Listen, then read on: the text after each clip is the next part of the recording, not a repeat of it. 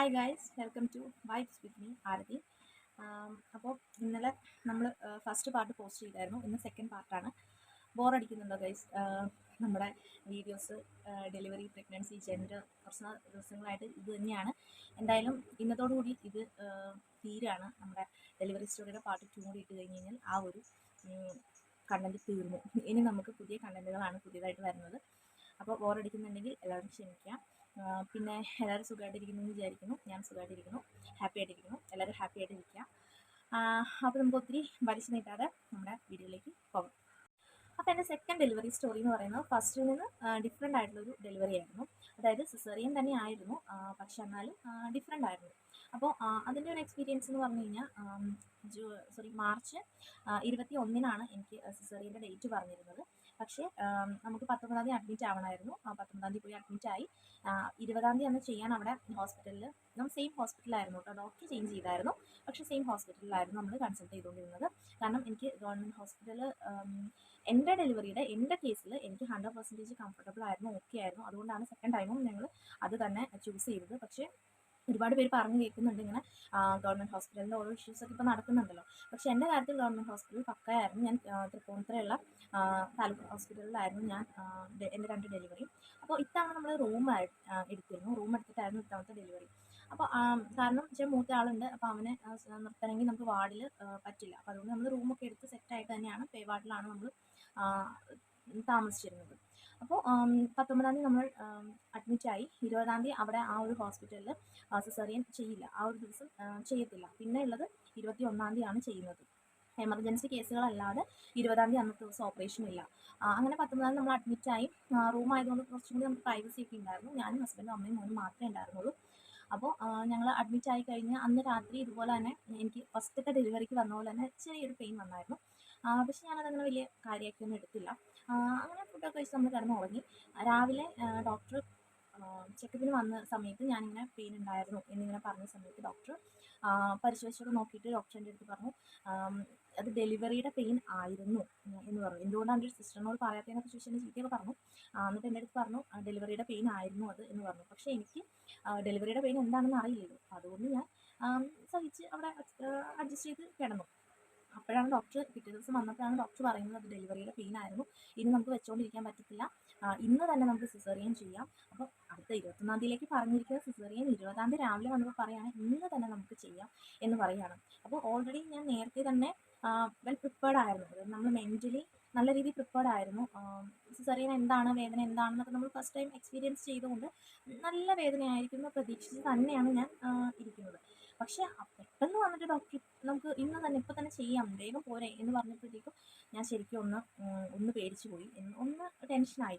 ശരിക്കും സത്യം പറഞ്ഞു കഴിഞ്ഞാൽ നമ്മൾ ഈ ഓടിച്ചെന്ന് ബസ് കയറുന്ന പോലെ ആയിരുന്നു ഞാൻ ഓടിച്ചെന്ന് ലേബർ റൂമിലോട്ട് കയറിയത്. അത്രയും ഫാസ്റ്റ് ആയിട്ടായിരുന്നു. ഞങ്ങൾക്ക് ഒരു സൈഡിൽ നിന്ന് സിസ്റ്റർ ഓടുന്നു, ഒരു സൈഡിലേക്ക് ഡോക്ടർ ഓടുന്നു, ഒരു സൈഡിൽ നിന്ന് അനസ്തീഷ്യയുടെ ഡോക്ടർ വരുന്നു, എൻ്റെ ഹസ്ബൻഡ് ബ്ലഡ് ബാങ്കിലേക്ക് ഓടുന്നു, അമ്മ എങ്ങോട്ടാണ് ഓടേണ്ടതെന്ന് അറിയാതെ നടക്കുന്നു. അങ്ങനെയൊക്കെ ഭയങ്കര കൺഫ്യൂസ്ഡ് ആയിട്ടുള്ള ഒരു സിറ്റുവേഷൻ ആയിരുന്നു അത്. പെട്ടെന്ന് എമർജൻസി ആയിട്ട് ചെയ്തതാണ്. അപ്പോൾ അതിന് മുന്നേ ഒരു എന്താ പറയുക, ഒരു ഭയങ്കര രസമുള്ളൊരു സംഭവം ഉണ്ടായത്, നമ്മൾ സിസേറിയൻ ചെയ്യാൻ പോകുന്നതിന് മുമ്പേ നമുക്ക് ഓപ്പറേഷൻ മുന്നേ ഒരു സൈൻ ചെയ്യിക്കുന്ന ഒരു പരിപാടി ഉണ്ട്. അപ്പോൾ ആ സൈൻ ചെയ്യിക്കുന്ന സാധനം അവർ എൻ്റെ കയ്യിൽ തന്നെയാണ് വായിക്കാനും അതിനകത്ത് കുറച്ച് കാര്യങ്ങൾ എഴുതാനുണ്ടായിരുന്നു. അപ്പോൾ എഴുതാനും സാധാരണ എല്ലാം അവരെഴുതിയിട്ട് നമുക്ക് സൈൻ മാത്രം ചെയ്താൽ മതി. പക്ഷേ ഇത് അവർ എഴുതാനും ഒക്കെ എൻ്റെ കയ്യിൽ തന്നെയാണ് കൊണ്ടു തന്നത്. അപ്പോൾ ഞാനവിടെ വെറുതെ ഇരിക്കുകയായിരുന്നു. എൻ്റെ കയ്യിൽ തന്നെ ഞാനിതിങ്ങനെ മറച്ച് നോക്കി വായിച്ചുകൊണ്ടിരുന്ന സമയത്ത് അതിൻ്റെ അകത്ത് പറഞ്ഞിരിക്കുന്നത് ഇതിൻ്റെ ഇടയ്ക്ക് സിസേറിയൻ ചെയ്യുന്നതിൻ്റെ ഇടയ്ക്ക് എന്തും സംഭവിക്കാം. ഓവർ ബ്ലീഡിങ് വരാം, ചിലപ്പം വേറെ എന്തെങ്കിലും ഇതൊക്കെ വന്നിട്ട് നമുക്ക് എന്തെങ്കിലും സംഭവിക്കാനുള്ള ചാൻസസ് ഉണ്ട്. അപ്പോൾ അങ്ങനെ സംഭവിക്കുകയാണെന്നുണ്ടെങ്കിൽ അവരുടെ ഭാഗത്ത് ഉള്ള ഒരു പിഴവല്ല, അല്ലെങ്കിൽ അവരുടെ ഭാഗത്ത് അതിന് ഉത്തരവാദിത്വമില്ല എന്നുള്ള രീതിയിലൊക്കെ എഴുതിയിട്ടാണ് അവർ സൈൻ ചെയ്യേണ്ടത്. ശരിക്കും അത് ഡീറ്റെയിൽഡ് ആയിട്ട് നമ്മൾ വായിച്ചു കഴിഞ്ഞപ്പോഴത്തേക്കും ആ സിസേറിയൻ ചെയ്യാൻ വേണ്ടി നമുക്ക് ലേബർ റൂമിൻ്റെ ഉള്ളിലോട്ട് കയറാൻ നല്ല ടെൻഷൻ വരും. അങ്ങനെയാണ് അതിൻ്റെ ഉള്ളിൽ എഴുതി വെച്ചിരിക്കുന്നത്. ഞാൻ വേഗം സിസ്റ്ററിനെ വിളിച്ചിട്ട് ഞാൻ പറഞ്ഞു ഇതിലും ഭേദം ഒറ്റയടിക്ക് ഇത് ചെയ്യുന്നതിനിടയ്ക്ക് ചിലപ്പോൾ ചത്തു പോകാനുള്ള ചാൻസ് ഉണ്ട്.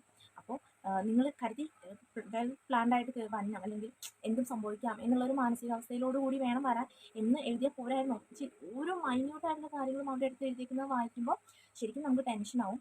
അത് കുറച്ച് വായിച്ച് കഴിഞ്ഞപ്പോൾ തന്നെ എൻ്റെ സകല ഇതും പോയി. അപ്പോൾ അവിടെ നഴ്സിംഗ് സ്റ്റുഡൻസ് ഉണ്ടായിരുന്നു. അപ്പോൾ ഞാൻ ആ പിള്ളേരോട് പറഞ്ഞു ഒന്ന് എനിക്കൊന്ന് ഫില്ല് ചെയ്ത് തരുമോ എന്ന് ചോദിച്ചാൽ അങ്ങനെ ആ കുട്ടികളാണ് അത് ഫില്ല് ചെയ്ത് തന്നത്. പിന്നെ ഞാൻ സൈൻ ചെയ്തൊക്കെ കൊടുത്തു.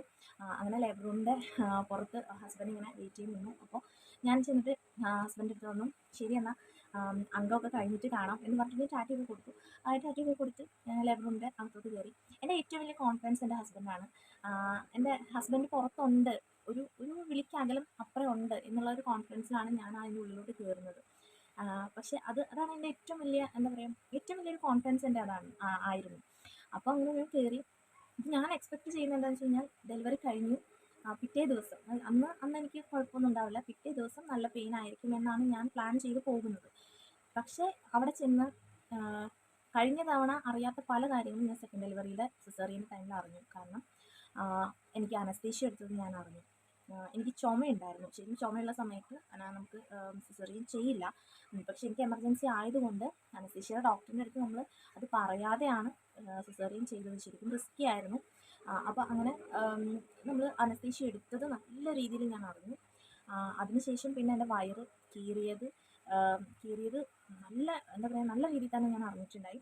അതുപോലെ സ്റ്റിച്ച് ചെയ്തത്, ക്ലീൻ ചെയ്തത് എല്ലാം, ട്യൂബ് ഇട്ടത് എല്ലാം നല്ല പെയിൻഫുള്ളായിരുന്നു. ഞാൻ നന്നായിട്ട് അറിഞ്ഞു. ശരിക്കും എൻ്റെ ഒരു ഇതെന്ന് പറഞ്ഞു കഴിഞ്ഞാൽ എത്ര പെയിൻ വന്നാലും ഞാൻ അടുത്ത് നിൽക്കുന്ന ആൾക്കാരുടെ അടുത്ത് ദേഷ്യം കാണിക്കുന്നതല്ലാതെ ഞാൻ അങ്ങനെ ഒച്ചയിട്ട് അലറോ അല്ലെങ്കിൽ അങ്ങനെ ബഹളം ഉണ്ടാക്കുകയോ ദേഷ്യപ്പെടുകയോ ഒന്നും വേറെ ഒരാളോട് ചെയ്യില്ല. കൂടെ നിൽക്കുന്ന ആളുടെ അടുത്ത് ചിലപ്പോൾ ഞാൻ ദേഷ്യപ്പെട്ടെന്നൊക്കെ ഇരിക്കും. പക്ഷേ പുറത്തൊരാളുടെ അടുത്ത് ഞാൻ അങ്ങനെ കാണിക്കില്ല. ഞാൻ മാക്സിമം കടിച്ചു പിടിച്ച് കിടക്കും. അപ്പോൾ എൻ്റെ ഡോക്ടർ അനസ്തേഷ്യയുടെ ഡോക്ടറിൻ്റെ അടുത്ത് പറഞ്ഞു അവർക്ക് നല്ല ടെൻഷനുണ്ട്.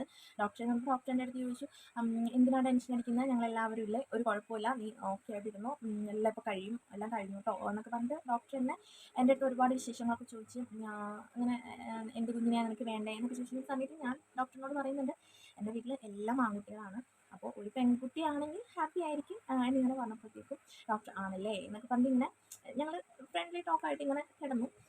പിന്നെ ഇവർ പറയുന്നതും ചെയ്യുന്നതും ഒക്കെ എനിക്ക് കേൾക്കാനും കാണാനും ഒക്കെ പറ്റുമായിരുന്നു കേട്ടോ. കഴിഞ്ഞ ഡെലിവറിക്ക് എന്ന് പറയുമ്പോൾ കണ്ണിങ്ങനെ കെട്ടി വെച്ചിട്ടൊരു ഗ്ലാസ് ഒക്കെ വെച്ചിട്ടുണ്ടായിരുന്നു. ഇത്തവണ ഇങ്ങനെ ഒരു ഷീറ്റിട്ട് മറച്ചിരിക്കുമായിരുന്നു. അപ്പോൾ അതുകൊണ്ട് എനിക്ക് ഇവർ സിസ്റ്റേഴ്സൊക്കെ ഇങ്ങനെ അങ്ങനെ ഇങ്ങനെയൊക്കെ നടക്കുന്നതും അങ്ങനെയുള്ള കാര്യങ്ങളും ഒക്കെ കാണാനും ഒക്കെ എനിക്ക് പറ്റുന്നുണ്ടായിരുന്നു. അങ്ങനെ കുഞ്ഞിനെ പുറത്തെടുത്തു. കുഞ്ഞിനെ പുറത്തോട്ട് എടുത്തപ്പോഴേ അവൻ അമ്മേന്ന് വിളിച്ചുകൊണ്ടാണ് വന്നത്. അപ്പോൾ ഡോക്ടറിൻ്റെ അടുത്ത് പറഞ്ഞു, അയ്യോ ആൺകുട്ടിയാണ്, പെൺകുട്ടിയല്ല കേട്ടോ, ആൺകുട്ടിയാണ് എന്നിങ്ങനെ പറഞ്ഞു. പക്ഷേ എനിക്ക് എന്തോ ലേബർ റൂമിൻ്റെ അകത്തോട്ട് കയറുന്ന ആ ഒരു മൊമെൻറ്റ് മുതൽ എനിക്ക് എൻ്റെ മനസ്സിൽ തന്നെ ആൺകുട്ടിയാണ് എന്നുള്ള ഒരു ഇതുണ്ടായിരുന്നതുകൊണ്ട് ഞാൻ വലിയ ഷോക്കായില്ല. അതിൻ്റെ അനസ്തേഷ്യ ഡോക്ടർ പറഞ്ഞു സാരമില്ല, നമുക്ക് നെക്സ്റ്റ് ടൈം നോക്കാട്ടോ എന്നൊക്കെ വെറുതെ തമാശയ്ക്ക് ഇങ്ങനെ പറഞ്ഞു. പക്ഷേ അവൻ്റെ അമ്മേ എന്നുള്ള വിളി കേട്ടപ്പോൾ തന്നെ എൻ്റെ പെൺകുട്ടി വേണമെന്നുള്ള ആഗ്രഹം പോയി, എല്ലാവരും പോയി, ഞാൻ ഓക്കെ ആയി. അവൻ സാധാരണ കരയല്ല ചെയ്തത്, അവൻ അമ്മേന്ന് വിളിക്കുക ചെയ്തത്. അപ്പോൾ ഡോക്ടറിൻ്റെ അടുത്ത് പറഞ്ഞു അവൻ അമ്മേന്ന് വിളിച്ചുകൊണ്ടാണ് പുറത്തോട്ട് വന്നത് കേട്ടോ എന്നിങ്ങനെ പറഞ്ഞു. ആ ഒരു അറ്റാച്ച്മെൻറ്റ് ഇപ്പോഴും അവനുണ്ട് കേട്ടോ. അവന് ആ ഒരു ഇത് എപ്പോഴും ഞാൻ അടുത്ത് വേണം അങ്ങനത്തെ ഒക്കെ ഒരു ഇത് അവന് ഇപ്പോഴും ഉണ്ട്. അങ്ങനെ ഞാൻ കുഴപ്പമൊന്നുമില്ല, ആണെങ്കിലും എനിക്ക് അങ്ങനെ ഒരു ടെൻഷനും കാര്യങ്ങളൊന്നും ഉണ്ടായില്ല, ഹാപ്പി ആയിട്ടൊക്കെ ഇരുന്നു. അങ്ങനെ പിന്നെ പെട്ടെന്ന് തന്നെ എല്ലാ കാര്യങ്ങളൊക്കെ കഴിഞ്ഞ് ക്ലീനൊക്കെ ചെയ്ത് തന്നെ പിന്നെ നഴ്സിംഗ് സ്റ്റുഡൻസ് ഉണ്ടായിരുന്നു. അപ്പോൾ അവർ വന്ന് ഇങ്ങനെ കയ്യിലൊക്കെ പുറത്ത് പിടിച്ചു, കയ്യിൽ ഇങ്ങനെ തലോടി. എന്നിട്ട് ഞാൻ അവരുടെ അടുത്ത് ചോദിച്ചു എൻ്റെ ഹസ്ബൻഡ് പുറത്തുണ്ടോ എന്ന് ചോദിച്ചപ്പോൾ അവർ വന്നിട്ട് പറഞ്ഞു ചേച്ചി പേടിക്കണ്ട, ചേട്ടൻ പുറത്ത് തന്നെ ഉണ്ട്, എങ്ങോട്ടും പോയിട്ടില്ല കേട്ടോ എന്ന് പറഞ്ഞു. അപ്പം ഞാൻ ഓക്കെ, അപ്പം ഞാൻ ഹാപ്പിയായി. പക്ഷെ എനിക്ക് കാണാൻ അന്നേരം പറ്റില്ലായിരുന്നു. അങ്ങനെ എനിക്ക് കുഞ്ഞിനെ കൊണ്ടുവന്ന് അവർ കാണിച്ചു, ഇവിടെ ഇങ്ങനെ കിടത്തി കാണിച്ചൊക്കെ തന്നു. അത് കഴിഞ്ഞ് പിന്നെ ഒരു മണിക്കൂർ കഴിഞ്ഞപ്പോൾ തന്നെ എന്നെ ഓപ്പറേഷൻ ചെയ്യുന്ന ആൾക്കാരെ കിടക്കുന്ന അങ്ങോട്ടേക്ക് മാറ്റി കഴിഞ്ഞ് ഒരു 1 hour കഴിഞ്ഞപ്പോൾ തന്നെ എനിക്ക് വേദന അറിയാൻ തുടങ്ങി, കാലൊക്കെ അനക്കാൻ പറ്റി തുടങ്ങി. എനിക്കറിയില്ല, സെക്കൻഡ് സിസേറിയൻ ആയതുകൊണ്ട് ആയിരിക്കാം ചിലപ്പോൾ അങ്ങനെ കാലൊക്കെ അനക്കാൻ പറ്റി. അതുപോലെ എനിക്ക് എന്താ പറയുക അനങ്ങാനും വേദനയൊക്കെ എനിക്ക് അറിയാനായിട്ട് പറ്റുന്നുണ്ടായിരുന്നു. അപ്പോൾ പക്ഷെ ഞാൻ എക്സ്പെക്ട് ചെയ്ത പെയിൻ എനിക്ക് ഉണ്ടായില്ല. സിസേറിയൻ ചെയ്ത് കഴിഞ്ഞ ഒരു 2 മണിക്കൂർ കഴിഞ്ഞപ്പോൾ മുതൽ തന്നെ ഞാൻ തന്നെ ചെരിയാനും തന്നെ അനങ്ങാനും ഒക്കെ എനിക്ക് പറ്റുന്നുണ്ടായിരുന്നു. എനിക്ക് സഹിക്കാൻ പറ്റുന്ന പെയിനേ ഉണ്ടായിരുന്നുള്ളൂ. രാവിലെ എഴുന്നേൽക്കാനൊക്കെ ആണെങ്കിലും രാവിലെ ഞാൻ തന്നെ എഴുന്നേറ്റു. പിന്നെ എന്നെ വീൽ ചെയറിലാണ് റൂമിലേക്ക് ഷിഫ്റ്റ് ചെയ്തത്. റൂമിലേക്ക് എന്നെ വീൽ ചെയറിൽ കൊണ്ടുപോകുന്ന സമയത്ത് തന്നെ എൻ്റെ ഹസ്ബൻഡ് ഉണ്ട്. അപ്പോൾ അതിൻ്റെ ഇടയ്ക്ക് 1-2 തവണ അവിടെ വന്ന് കാണാൻ ശ്രമിച്ചെങ്കിലും എനിക്ക് കാണാൻ പറ്റില്ല. എന്നിട്ട് ഞങ്ങൾ ഫോണിലൂടെ, കാരണം ഞാൻ മാത്രമേ ഉണ്ടായിരുന്നുള്ളൂ അവിടെ, ഓപ്പറേഷൻ കഴിഞ്ഞ അന്നത്തെ ദിവസം ഞാൻ മാത്രമേ ഉണ്ടായിരുന്നുള്ളൂ.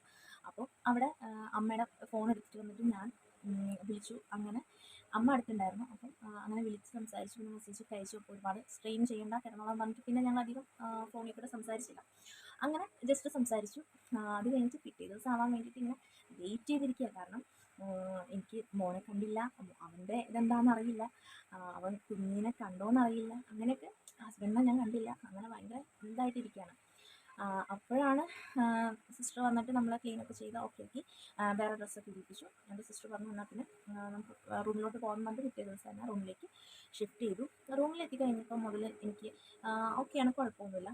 പിന്നെ ഫസ്റ്റ് ഡെലിവറിക്ക് എല്ലാവരും ഉണ്ടായിരുന്നതുകൊണ്ട് എൻ്റെ ഹസ്ബൻഡിൻ്റെ കെയർ എനിക്ക് ആ ഹോസ്പിറ്റലിൽ വെച്ച് അത്ര വേണ്ടത്ര കിട്ടിയിരുന്നില്ല. പക്ഷേ കാരണം എല്ലാവരും ഉണ്ടായിരുന്നു, വാർഡിലായിരുന്നു, അപ്പം അതിൻ്റേതായ ബുദ്ധിമുട്ടുകളും അതൊക്കെ ഉണ്ടായിരുന്നു.